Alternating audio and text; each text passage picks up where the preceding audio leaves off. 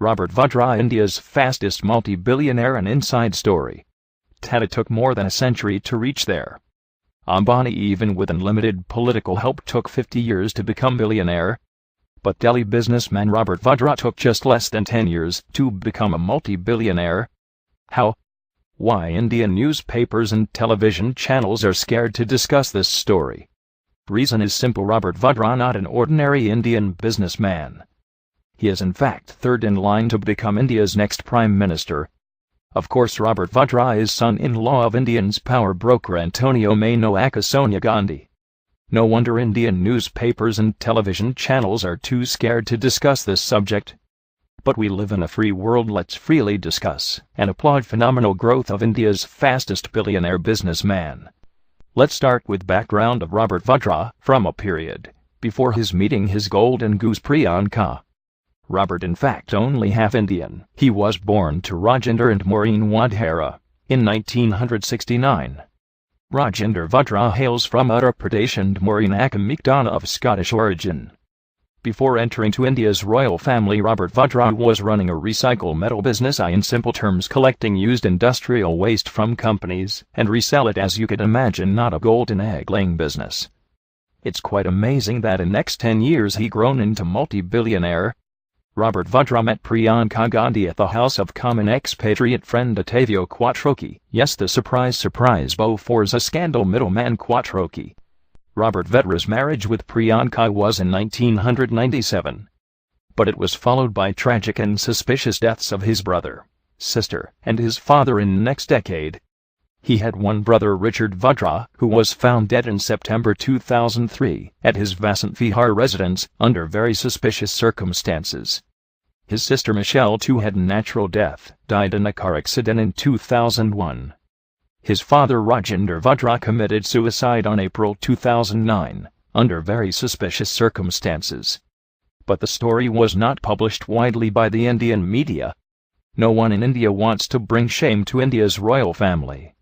Recently, Economic Times and other finance newspapers disclosed the business empire Robert Vadra made in the last 10 years was truly eye-opener.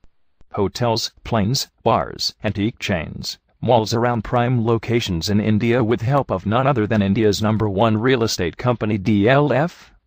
Also part ownership in DLF Indian Premier League franchise. Most of independent analysts points these phenomenal growth points only one thing: absolutely and shameful corruption and favoritism to Robert Vadra, being Sonia Gandhi's son-in-law. Also remember, DLF was a major builder for scandalous Commonwealth Games in Delhi.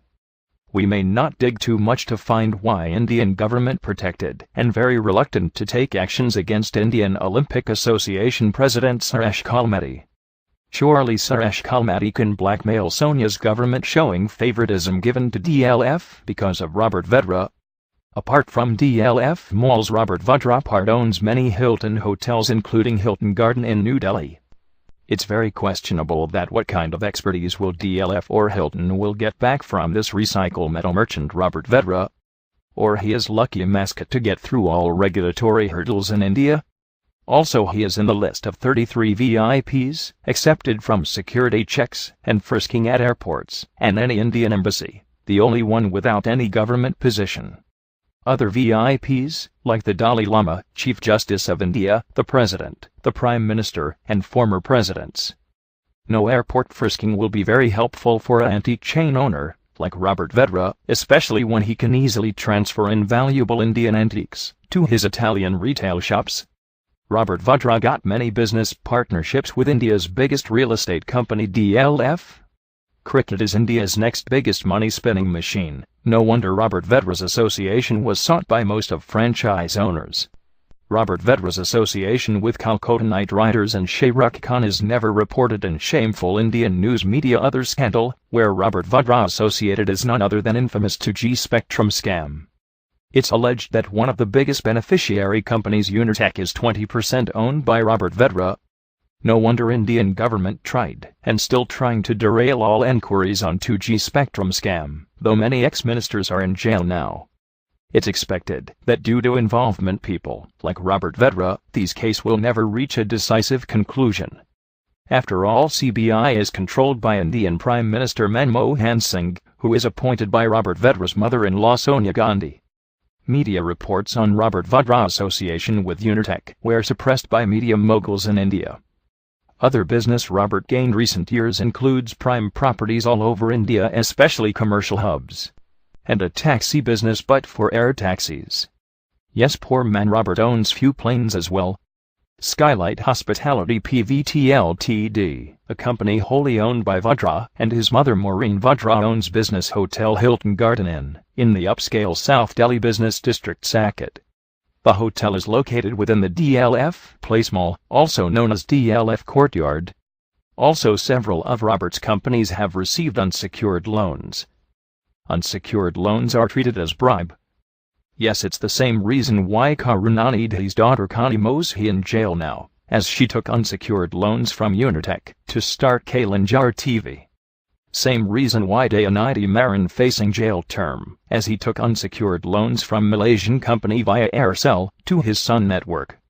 So one rule for them and another rule for India's royal family.